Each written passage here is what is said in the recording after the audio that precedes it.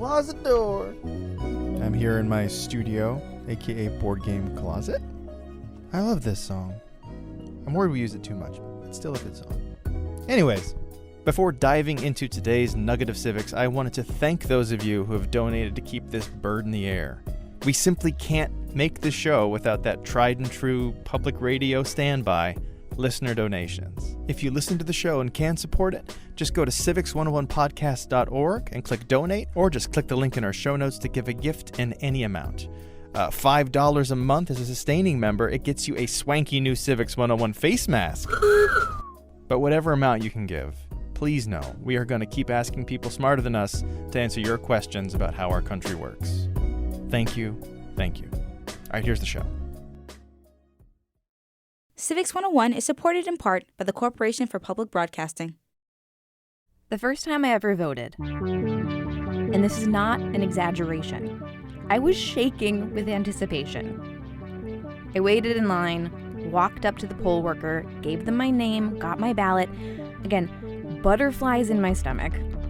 And then I stepped into the booth, pulled the curtain closed behind me. My heart is actually racing at this point. And I filled out my ballot so excruciatingly carefully, because God forbid I mess up and they don't count it, right? And then finally, lightheaded from the sheer excitement of it, I walk that ballot over to the ballot box, feed it in, get my I voted sticker, and then... Then, I don't know. All that anticipation, all that energy and excitement, all for what? My ballot just disappears into this black box, and my job here is done, and now I go home and watch the election night returns, and I wonder, did my vote actually count? And how do I know? Am I one of those hundreds of thousands of votes under that candidate's name in my state? Where did my ballot go? Who read it? so the first time you voted, you had an existential crisis. And I didn't really solve it until about a week ago. This is Civics 101. I'm Hannah McCarthy. I'm Nick Capodice. And we are about to find out how a vote goes from your mind to the ballot, to the count, to the election of the people in charge of us. So, this is where the sausage making of the election process comes into play. This is Maggie Toulouse Oliver, New Mexico Secretary of State. I was elected and basically immediately began serving as Secretary of State in December of 2016. Prior to that, I was the county clerk in Bernalillo County, which is the Albuquerque metropolitan area, for 10 years. So I ran the elections there at the ground level. And as Secretary of State, she also oversees elections at the state level, right? Yes, in New Mexico, the elected Secretary of State is also the chief election official. It's that way in a lot of other states, too. But sometimes the chief election official is actually an individual or a commission appointed by the governor. Sometimes it's the lieutenant governor. Sometimes it's a commission appointed by the legislature. And that's what you need to keep in mind throughout this episode. There is no one way we do elections in the United States. The Constitution is clear on this one. Elections are up to state legislators. The one thing that is consistent? An extremely secure ballot processing process. What looks like a very simplistic process to a voter is actually an extremely complex process on the back end. And it's that way by design. First of all, your ballot, when it comes into the custody of the election official, so when you're putting it into a voting machine or when it's received back through the mail at your county clerk or at your local election official's office, it goes then into a very strict chain of custody. It's going to be time-stamped. It's going to be put in a locked ballot box. This is overseen at all times either by your local election official staff or by your bipartisan group of election officials. It sounds, Hannah, like all that first election day nervousness was warranted in a way. You're taking part in a complex, high-stakes process. It was actually a relief to me to learn about this process. It was a reminder of exactly how seriously states take Election Day. And when it comes to what does happen to my ballot once I mail it in or feed it into the ballot box, whether it's, separating them from their envelopes, getting them ready to feed into a voting machine. Every single one is going to be accounted for one by one. If there is a discrepancy, your election officials are going to go back and try to account for that discrepancy. What happened? Actually, we received an envelope back that didn't have a ballot in it, right? And make that notation. And there's a whole process post-election that most folks don't know about.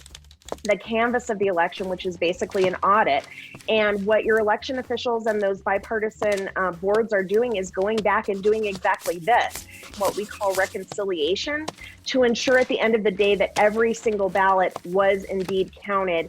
And if it wasn't, why? And to be able to explain, it was rejected or it was spoiled or what the reasoning is, so that we literally have a record in place for every single ballot cast.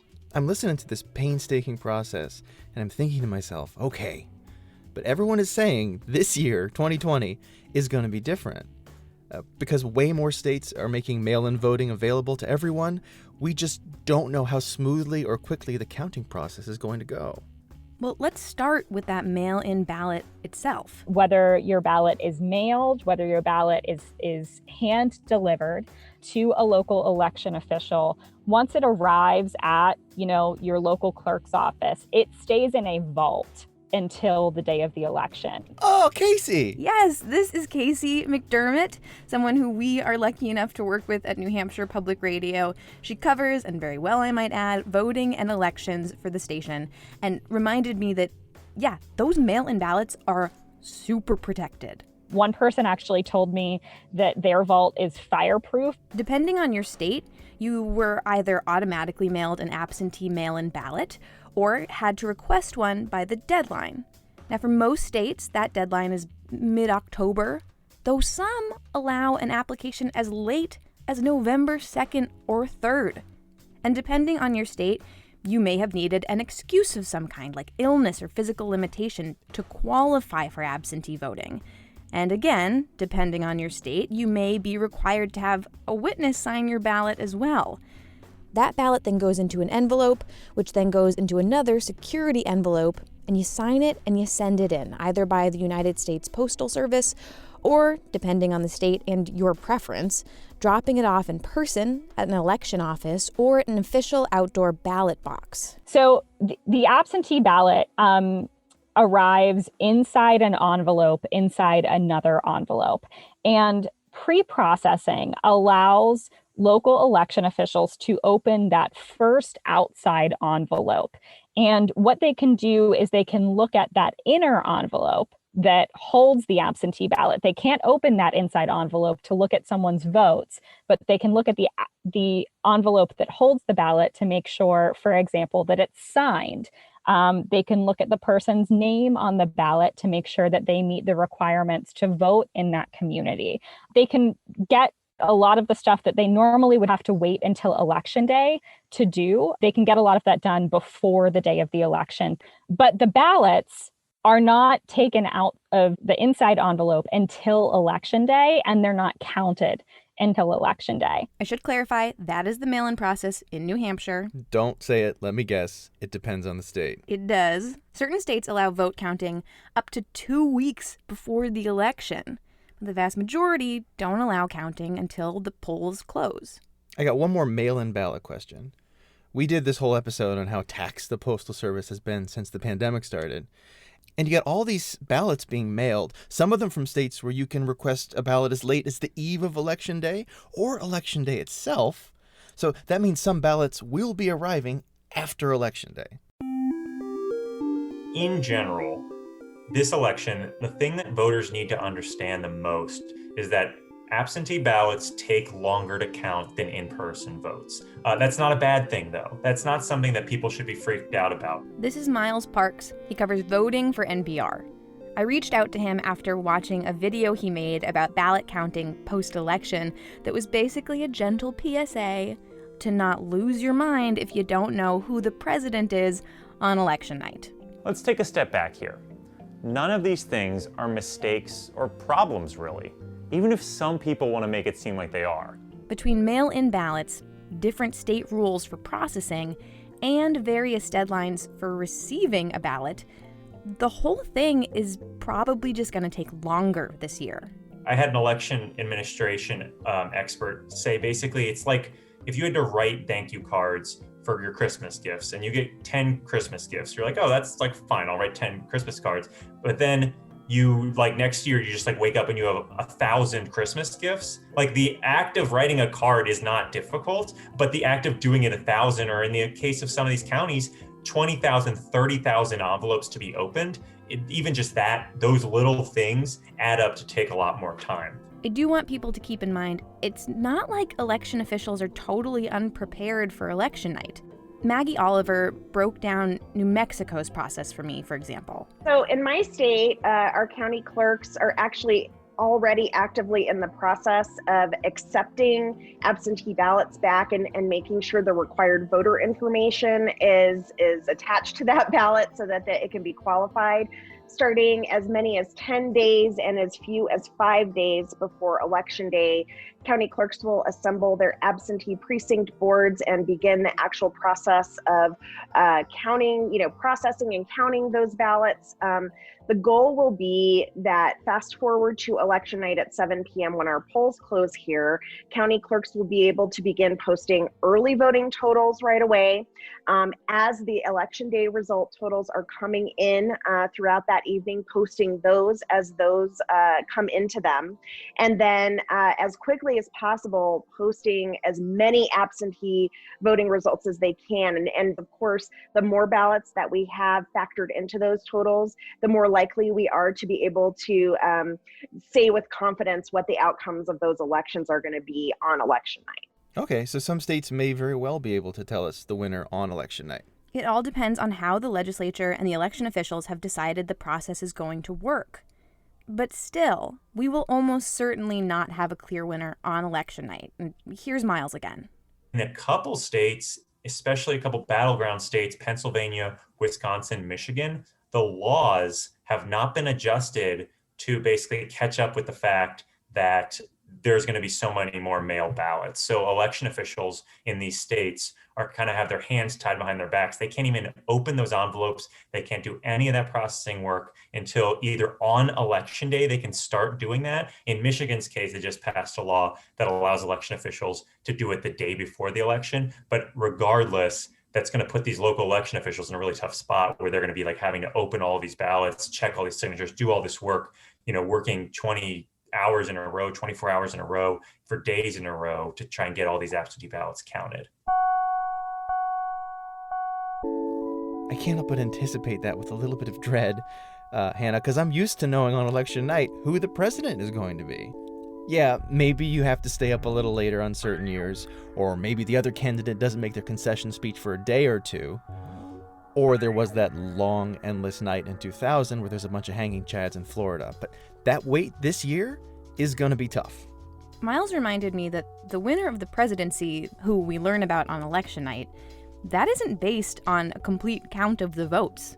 That's just a network projection. On election night, we have never known the actual results. We've known unofficial results about who was going to win, who is projected to win. And those projections, because of all the absentee ballots that are coming in, because they take longer to count, and because it's harder for some of these media companies to model this out, those projections might take a little longer this time around. Here is the thing about that lag time, though. It is true that you shouldn't freak out. It's true that the waiting period is a sign that all votes are being counted. But there's a good chance the delay will be misinterpreted. I can guarantee you that the longer it takes for us to have a result that people have confidence in, whether that's from media organizations they trust or from election officials, the longer that takes, the more conspiracy theories are going to happen. That is like the pinnacle of everything that makes a good conspiracy theory is like happening at that moment. At the same time, people have a political interest in forwarding those conspiracy theories, even people who are potentially running for office. We've seen this. We saw it in 2018 in Florida, where then Governor Rick Scott was running for a Senate seat.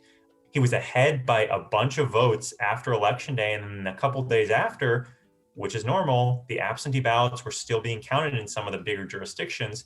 he comes out and does a press conference where he basically accuses the election officials of fraud, says, I don't know why my lead is dwindling. I don't know where these absentee ballots are coming from. Mistrust in the election process comes from a lot of places. Politicians sometimes sow mistrust when things aren't going their way. Something must have gone wrong here because I'm not winning, or something will go wrong with this type of voting and it won't be legitimate. But it also comes from the voter experience. I spoke with Matt Lamb, an assistant professor at Austin Community College, about this. What might make one person's election experience different from another's? Let's take states where they require voter ID. African Americans and Latinos, or Latinxes, are less likely to have a voter ID than white voters. And even when they do, they're less likely to have the type of voter ID that can be quickly verified. And what I mean by that is, here in Texas, if you get a driver's license, it has a magnetic strip on it that can be easily swiped, and your information comes up on the computer, and that's that. Well, in the state of Texas, African Americans are statistically less likely to possess a driver's license. If you have another type of ID, even if it is acceptable, usually they don't have that magnetic strip. So what does a poll worker have to do? They have to pull out their poll book. They have to look up that person's records. And, that can take time, especially if there's some question as to whether or not the actual ID presented meets state requirements. And so one of the misconceptions, I think, about the disparities in polling places is that they are inherently intentional, that public officials try to create disparities in polling place conditions. And though I can't prove that that's not going on, at least to some degree, I think it's far more likely that elections officials sometimes make assumptions about populations that just don't hold true on the ground. But you do hear people blame the city or blame the state when, for example, polling places close. I know that since 2016, something like 20,000 polling locations have closed. And some states like California, Kentucky, North Dakota, they've closed over half of their locations. Which then means less accessibility, especially, it seems, in communities with majority-minority populations. Which followed a weakening of the 1965 Voting Rights Act. In 2013, the Supreme Court said states no longer have to prove to the federal government that election law changes are not discriminatory. And this is an important distinction to make. There are election officials, like Secretary of State Maggie Oliver, and then there are the legislators, the people who make the election law in a state as they are empowered to do by our Constitution. And politics certainly does play a part in the state legislature. But the people actually running the election? In terms of the actual administrators, the county clerks, the elections divisions of counties and local jurisdictions, believe it or not, even the ones that are elected, they take their fiduciary responsibility to make the voting process as smooth and as accessible as possible very seriously. They're ultimately accountable to their local jurisdictions, to their friends and neighbors.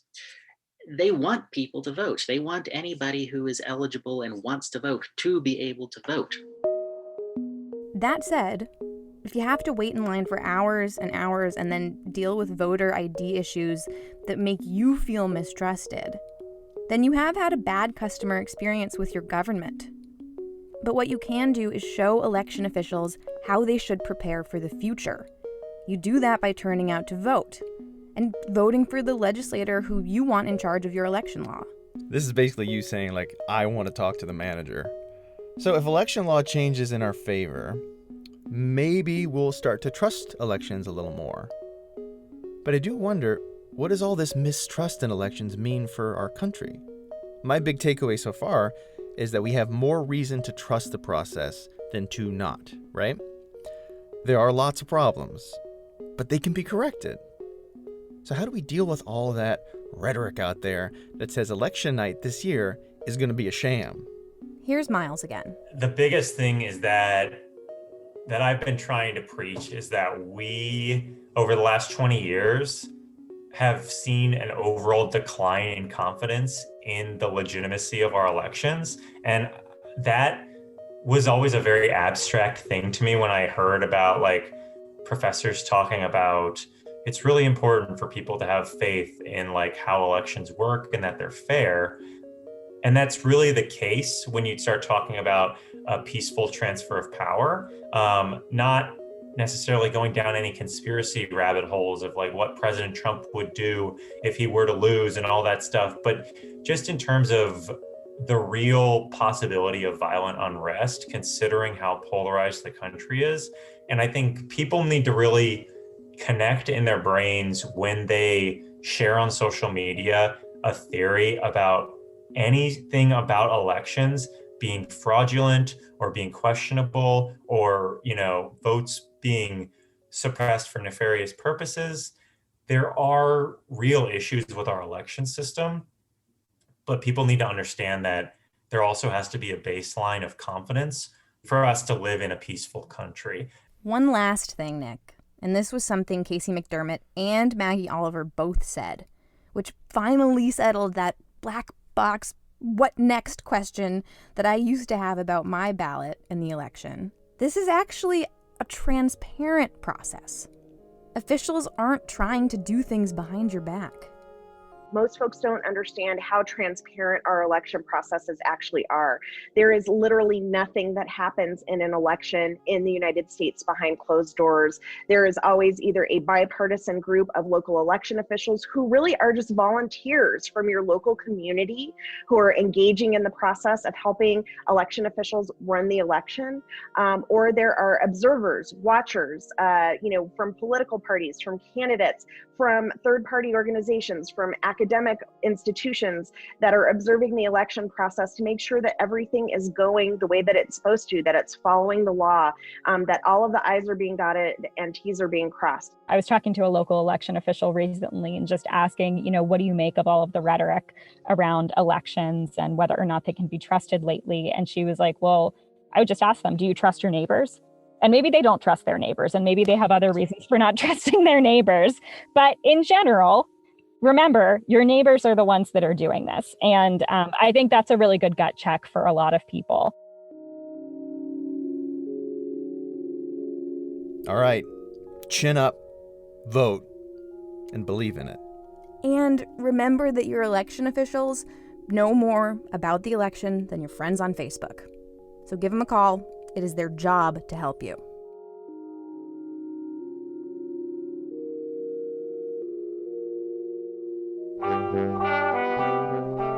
This episode was produced by me, Hannah McCarthy, with Nick Capodice. Our team includes Jackie Fulton. Erica Janik transmits all communication, official or no, in double-signed envelopes. Music in this episode by Florian Decros, Silent Partner, Scan Globe, Revolution Void, Poddington Bear, and Emily A. Sprague. We're here for you, and only here because of you. And, democracy and its beautiful, maddening complications. If you have questions about this country, any questions, no matter how small, no matter how obvious the answers may seem, ask us. We will make an episode for you. Send us an email at civics101@nhpr.org. Civics 101 is supported in part by the Corporation for Public Broadcasting and is a production of NHPR, New Hampshire Public Radio.